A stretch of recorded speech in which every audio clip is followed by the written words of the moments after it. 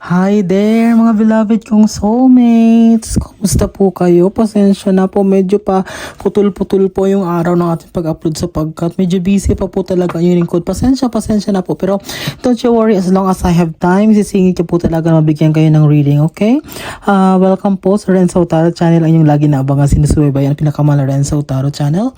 Mega shoutout po sa lahat ng ating soulmates sa buong Pilipinas, sa buong mundo na lagi nanonood. Sa ating mga bagong subscribers, welcome to the channel. Sa ating mga returning viewers, maraming salamat po. Kapag hindi pa po kayo nakasubscribe ha, don't forget to subscribe at mag-comment po kayo kapag nakaresonate kayo sa ating reading ngayon. Sige, ating pong reading ngayon ay isang special reading sapagkat ito ang first 6 months ng 2025 para sa ating mga pinakamamahalan nasa sign ng Capricorn. Okay, ayun, napakaraming Capricorn nag-iintay ng reading na to. Tingnan natin ang iyong kapalaran. Ano ba yung maganap o mga sorpresa ng universe para sa iyo simula ngayong January hanggang buwan ng June 2025. Sige, ulitin ko. Capricorn, first 6 months, sige. Hindi ito yung normal na kukuha tayo ng 10 cards at 12 cards ang kukunin natin ngayon sapagkat pagpaparis-parisin natin. So, we're going to have 6 na set ng cards represents each month of the year. Sige. Okay, huwag natin ipatagalin pa. Kunin natin ay yung 12 cards Capricorn, Spirit Universe, Spirit Guides, Angels, Ancestors. Bigyan niyo po kami ng 12 cards para sa aming first 6 months of the year reading. Para sa aming mga pinakamamahalan nasa sign ng Capricorn. Kapag bago po kayo sa ating channel, ang yung lingkod po ay dire-diretso na kumukuha ng mga cards na ating i-reading. So, sabihin, tuloy-tuloy po tayo mag-shuffle, hindi yung putol-putol. At kapag ganito po nagpapakita, binabalik po natin. Okay? Kukunin lang po natin yung nakaka-off, tapos tumatalsik na cards sapagkat dyan po tayo makakakuha ng magandang reading. Okay? So, meron na tayong dalawa. Spirit Universe, Spirit Guides, 10 cards more for Capricorn. For 6 months for Capricorn. Okay? Oh, ganyan. Sige, ayusin natin. Okay, meron na tayong dalawang nahulog ha. Stay tuned Capricorn. I know that you're so excited. Sige, pagpatuloy natin. Maraming salamat po sa inyong walang sawang tiwala sa porta. Although ngayon lang po to na mapuputol-putol ang ating reading pa sa mga darating po na linggo, ng mga darating na buwan, tuloy-tuloy pa rin po. Alam nyo naman yan, kapag hindi po talaga ako busy, araw-araw po ako nakakapag-upload. But now, syempre, kailangan din po balansin sapagkat may trabaho po tayo. But I assure you, I promise you na hindi ko pa kayo iiwan. Ngayon pa ba? Kung kailan mas marami na tayo, mas lumago na tayo, ngayon ko pa ba kayo iiwan? Okay? Just talagang, alam ko nagtitiwala naman kayo sa akin. Hindi nga nyo nga ako iniwan after 6 months, nakala nyo hindi na talaga ako magawalik. How much more ngayon, mga days lang, okay? So, 2, 4, 6, anim pa. Spirit Universe, Spirit Guides, Angels, Ancestors. Last 6 cards please for our first 6 months of the month.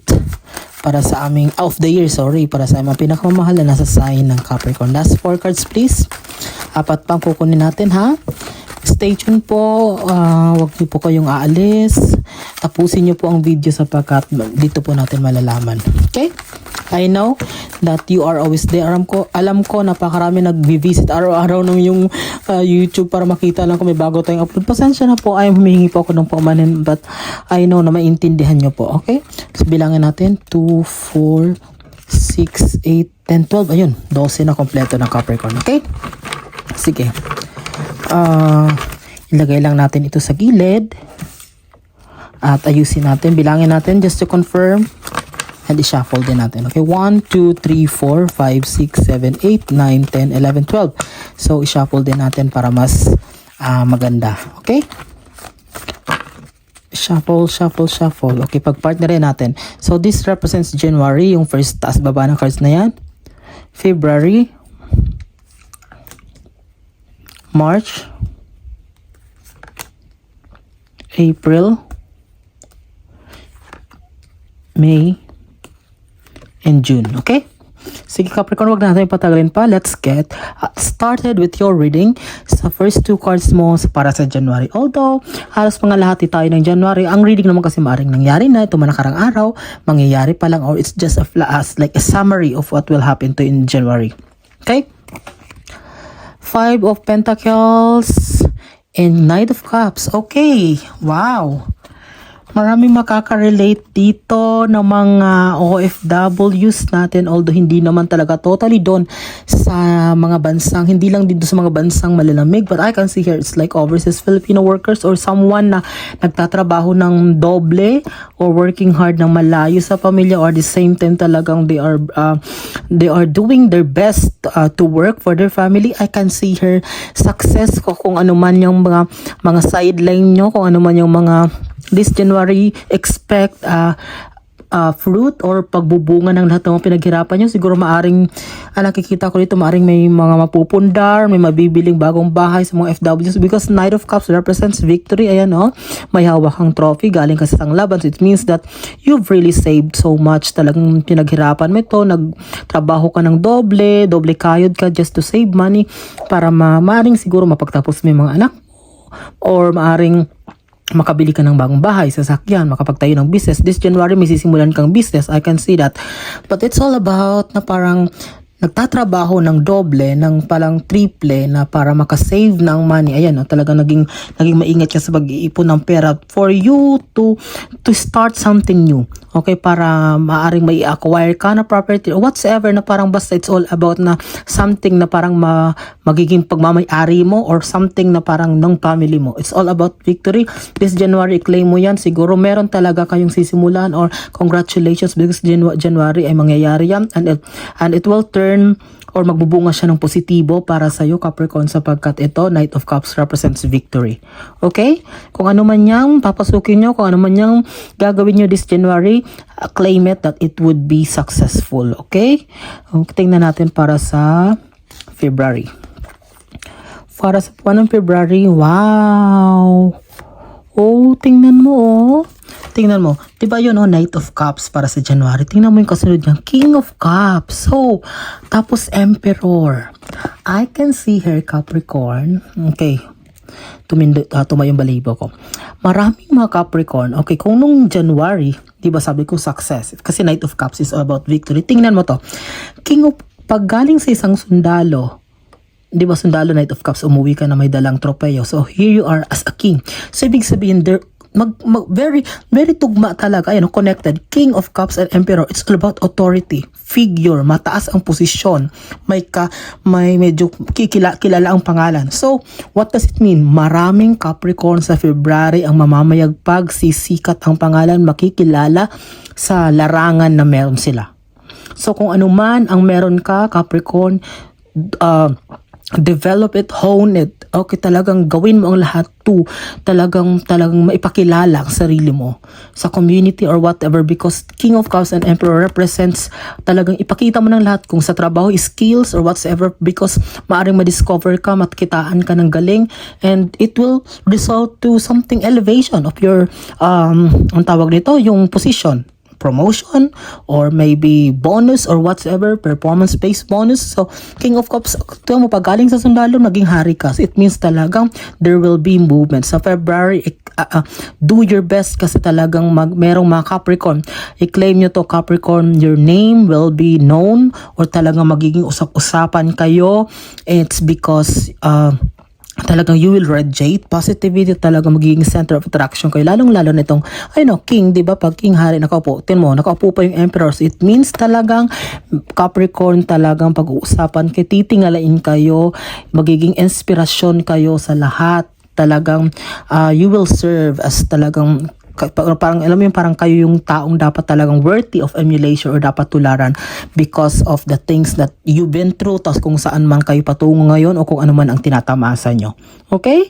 Napakaganda, very connected. Wow, expect that on February, elevation, or talagang it's all about your name will be known. Wow. Sige, diretso tayo sa buwan ng March. Ano ba? Oh my God, tingnan mo, Capricorn. 10 of Pentacles, nagkalat ang kaperahan, at the same time 7 of Swords. Simulan natin dito sa nagkalat ang kaperahan.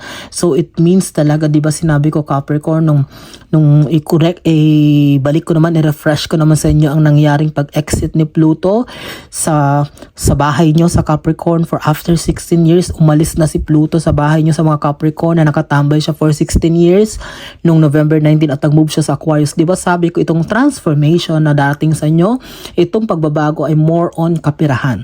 So di ba sinabi ko sa mga previous reading, magugulat kayo this 2025 talaga, ma-overwhelm kayo sa mga biyaya na parating sa inyo, ma-overwhelm kayo talagang ni sa hinagap din nyo lubos akalain na magiging ganito ang sitwasyon nyo na napakalayo sa buhay na meron kayo nung nakaraang 16 years na puro problema.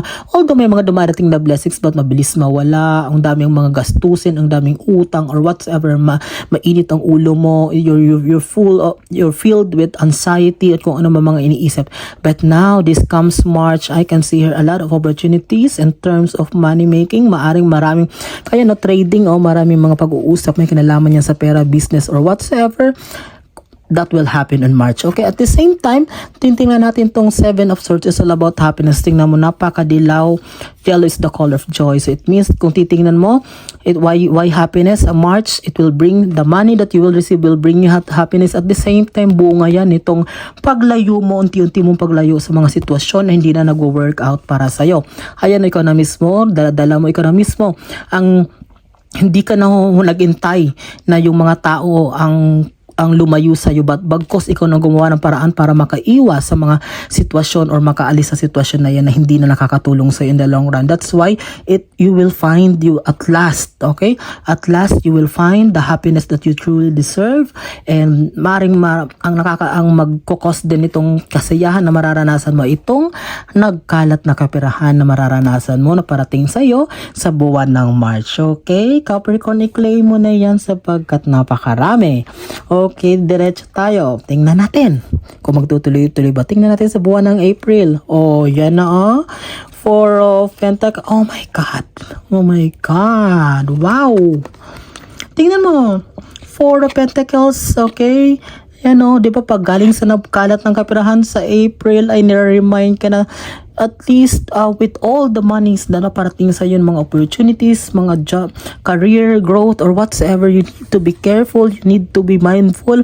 Kailangan mo maging maingat sa monitor, kung pwede monitor mo na yan, pag labas-pasok na pera yan, hawakan mong mabuti kasi mahirap na kung dumating ang panahon, hindi araw-araw ay Pasko, Capricorn. Samantalahin na yung swerte, samantalahin na yung mga pagkakataon. At the same time, gawin ang lahat para ingatan ito, ang lahat ng ito sapagkat, sabi ko nga, mahirap na kung magbalik back to zero kayo sapagkat alam mo hindi naman talaga ngayon nyo lang ito naranasan, so maaring baka ma-overwhelm kayo, baka hindi nyo ma-manage ng maayos kung saan nyo ito gagastusin, kung saan nyo dapat ito ilaan. Okay, that's why you need to be extra cautious or maging maingat, to be mindful. But I know, Capricorn, you're good in management, at the same time you're very intelligent, that's why you can do it. And pinag-partneran pa siya ng star, so on April, congratulations, magtutuloy-tuloy talagang star confirmation, talagang a bountiful harvest is coming for you. Talagang wala akong masabi, talagang Capricorn, this is your year.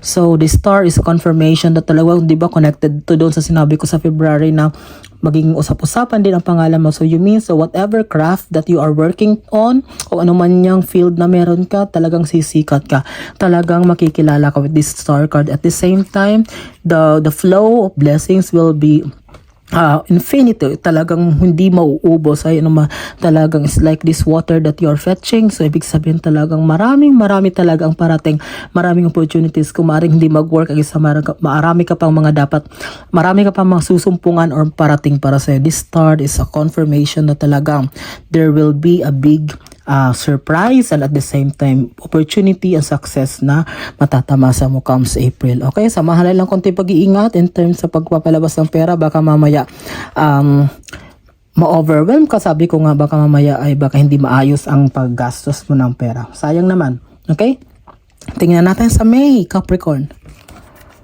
Oh, beautiful, 7 of Cups and okay, 10 of Swords. Okay, tingnan mo. Pagdating sa May, dahil siguro sabi ko nga, kung hindi ka mag-iingat at baka ma-over, diba sa April, March, diba ang daming kapirahan, ang daming opportunities na parating, baka mamaya parang malito ka kung alin bang uunahin mo, alin bang susunggaban mo, alin bang offer ang tatanggapin mo.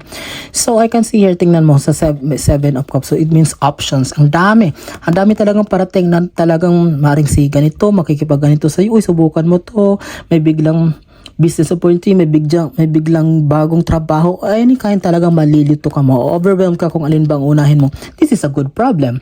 Okay, diba? Sino bang ayaw ng ganitong problema na dati naghahanap kayo ng magandang trabaho, high paying job, naghahanap kayo ng business opportunity, but now ikaw na yung nalilito kung alin ang uunahin mo o alin ang pipiliin mo. But you need to deal with it. Okay, sa buwan ng May, kailangan mong pag-isipan na mabuti, mahinahon in a calm way. Bakit? Baka mamaya hindi ka masyado makatulog, baka hindi mamaya ma-drain ang energy mo, baka ma-apektuhan ka dahil parang halos lahat gusto mong pasukin kasi lahat naman magbibigay ng opportunities. But kailangan mo lang mamili ng isa, dalawa. At the same time, you need to deal with it. Kailangan mong ayusin ito or mamili ng maayos na nasa mahinahon na paraan nang hindi maapektuhan ang yung health, holistically, mentally, physically, kasi ayun o, 10 of swords, nakikita tayo dito na madidrain yung energy mo. Nakalugmok ka sa sahig, may 10 sword or espada na katusok sa ibig sabihin, there will be a time na parang madidrain ang energy mo. It's because siguro maybe you will be thinking so much, mag-isip ka ng sobra-sobra dito sa mga bagay na to na talagang darating sa'yo. This is a good problem, but kailangan mo lang ayusin ito ng mabuti, pag-isipan mabuti, test both sides of the coin, kung alin bang dapat mong unahin, kung alin ba ang mas productive o mas makakatulong sa'yo na makapagbigay ng mas marami at the same time long term na pera o doon ka. Okay? Kailangan mo lang timbangin at otherwise kapag hindi mo yan inayos, ito yung kakahinatnan mo, Capricorn, you will back to the state na magkakaroon ka ng anxiety or yun yung parang mga sitwasyon na hindi ka makatulog or sometimes puro worries or pangamba na. Okay? Sige. Last 2 cards tayo para sa buwan ng June, Capricorn, sa iyong napakagandang reading. Last 2 cards for June 2025. Oh my God! Capricorn, look at your 2 cards for June. Celebration, 3 of Cups. So there will be talagang, you will be celebrating. You will be so happy that, alam mo yun, yung kasayahan mo talaga mag-overflow to the point na mararamdaman din ito ng mga, not only your members of the family, but your friends and the community na sa paligid mo. Okay, because you're a very compassionate, matulungin ka. So, sabihin, kung ano man tong biyaya na mararanasan mo sa June, if you share mo ito. Okay. Congratulations with that, Capricorn. Talagang you are assured, expect June a big blessing, whatever it is, in a form of money, in a form of promotion, in a form of whatsoever. Basta magse-celebrate ka kasama yung mga mahal sa buhay at community. At the same time, Page of Pentacles, new beginning, new chapter. In terms of money, look at the yellow color background. So there will be talagang magkakaroon ng bagong punla in terms of kapirahan. Talagang sabi ko nga, hindi nakapagtataka, napakarami. 10 of Pentacles, nagkalat ang kapirahan. At the same time talagang itong bagong 2025 na to, it's more on production of money para sa'yo. Diba sabi ko nga, more on kapirahan talaga ang dating nitong pag-exit buto sa bahay mo after 16 years, and claim that on June magtutuloy-tuloy ito until talagang you just need to make most of it. Kumbaga, strike the iron while it is hot, habang andyan pa ang swerte, Capricorn. Samantalin ito, gawin ang lahat nito, mag-ipon, palaguin ang kapirahan. At the same time, don't forget to share it to others. Congratulations, I'm so happy for you, Capricorn. And with that, I am praying na marami na sa ng Capricorn makapanood nito. Sa mga hindi pa po nakasubscribe, please do subscribe sa ating channel. Mag-comment kayo kapag nakaresonate kayo. Don't forget to click notification bell para laging updated sa ating mga susunod na videos na upload. Maraming salamat. Pasensya na po kung ilang uli naka-upload ang inyong lingkod, but I assure you that I will still be here. Maraming salamat sa inyo. Hanggang susunod nating pagsasama, magpinamahal kong soulmates. That's your reading for January to June 2025. Mag-ingat kayo lagi. God bless us all.